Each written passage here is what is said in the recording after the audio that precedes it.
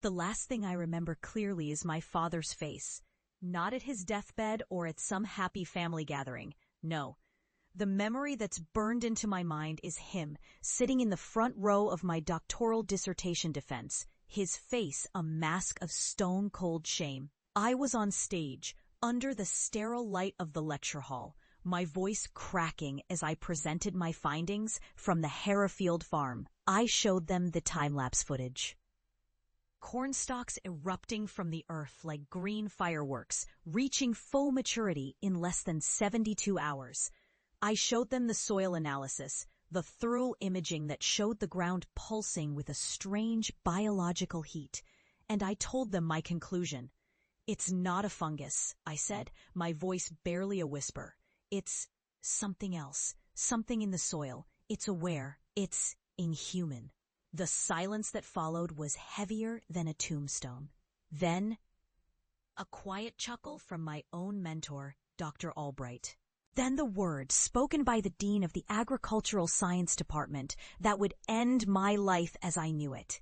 Fraud. It hung in the air, thick and poisonous. My father didn't defend me.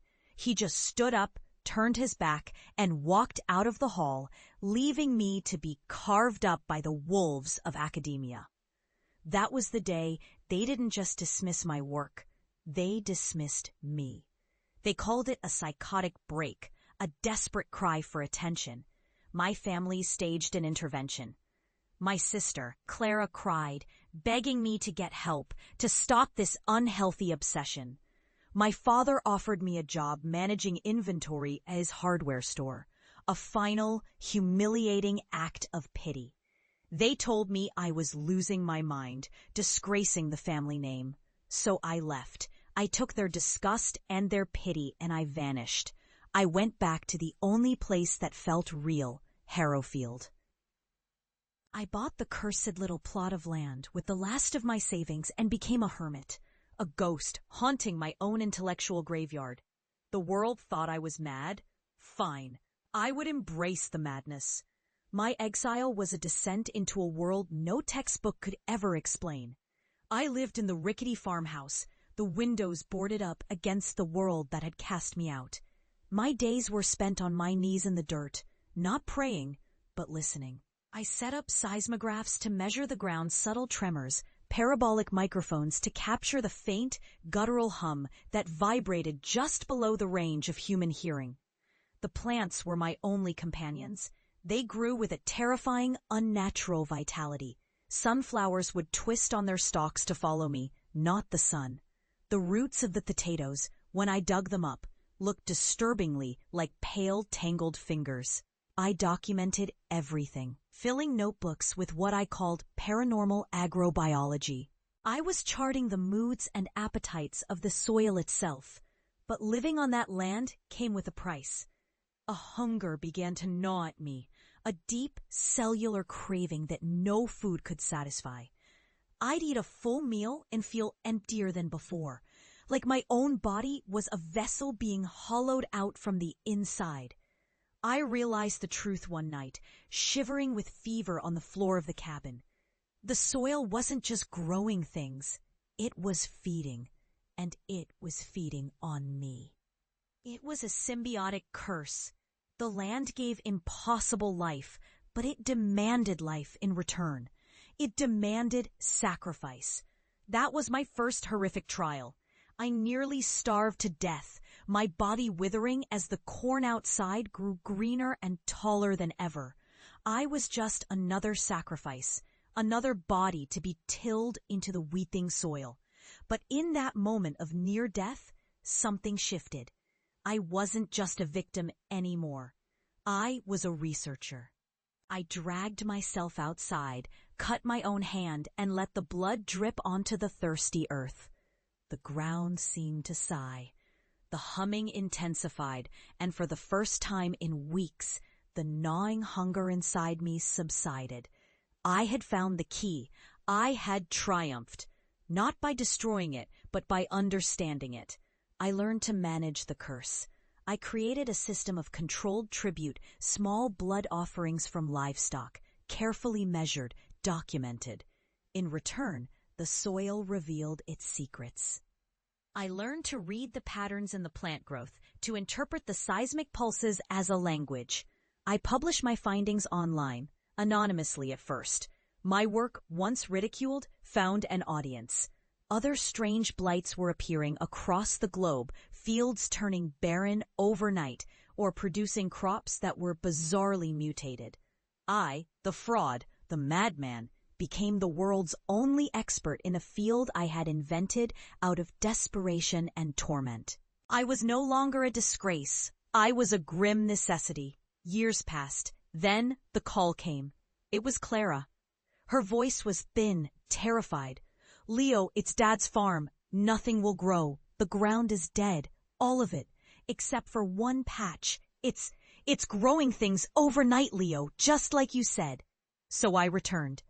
I pulled up to the old family homestead in a sterile black van with my own logo on the side. A single, stylized root system. They were waiting on the porch. My father, older, grayer, and Clara, her face a mess of fear and guilt. I stepped out, and I know what they saw. Not the broken son they had disowned, but a stranger. I was lean, gaunt, my eyes holding a permanent shadow they couldn't possibly comprehend. The hunger was always with me, a quiet hum beneath my skin, but now it was a tool, not a tormentor. My father stiffened. "So, you came back to gloat." "No," I said, my voice calm and even. "I came because you're in danger." I walked past them, out to the field. It was exactly as Clara described, a circle of vibrant, twitching green in a sea of brown, dead earth. The air around it was cold, and the low hum was there, the song I knew better than my own name. "You have to leave the house," I told them. "Tonight. The hunger has woken up here.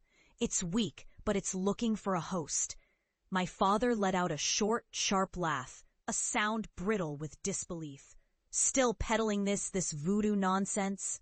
I'm not abandoning my home because you had a bad dream." He strode toward the patch, grabbing a rusted tiller leaning against the barn. "I'll handle this myself. Just dirt and weeds." "Dad, no," Clara screamed. "Don't touch it," I warned, my voice flat. "You don't understand the rules." He ignored me. He plunged the tiller into the edge of the green circle, and the soil screamed. It wasn't a sound you hear with your ears. It was a psychic shockwave of pure agony and rage that buckled our knees. The plants in the circle whipped around as one, their leaves like 1,000 tiny razors. But that wasn't the worst of it. The moment the metal broke the soil, the curse latched onto the nearest, most defiant life force. My father. He dropped the tiller and staggered back, his face instantly pale, his eyes wide with a horror I knew intimately. He clawed at his own stomach, a choked gasp escaping his lips.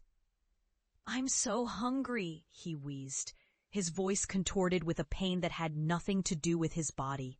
It was the soul-deep starvation, the hollowing out I had almost died from. He was a man drowning on dry land, his life force being siphoned away by the ground he had dismissed as mere dirt. Clara was sobbing, frozen in terror. This was it, the moment where their mockery met reality. I walked past her, opening a case I'd brought from the van. Inside were vials, sensors, and a single sterile blade. I didn't look at my father with pity or anger. I looked at him like a problem to be solved. I knelt, made a small, precise cut on my own arm, and let a few drops of my blood fall onto the disturbed earth. The humming softened. The plants relaxed. The pressure in the air eased. My father collapsed, the immediate, ravenous hunger receding to a dull, permanent ache he would likely carry forever. I stood up and looked at them. They weren't looking at their son or their brother. They were looking at something alien. They were looking at the man who had stared into the abyss they had denied, and had returned wearing its shadow like a crown. My father, breathing heavily on the ground, finally understood. not the science, not the methodology.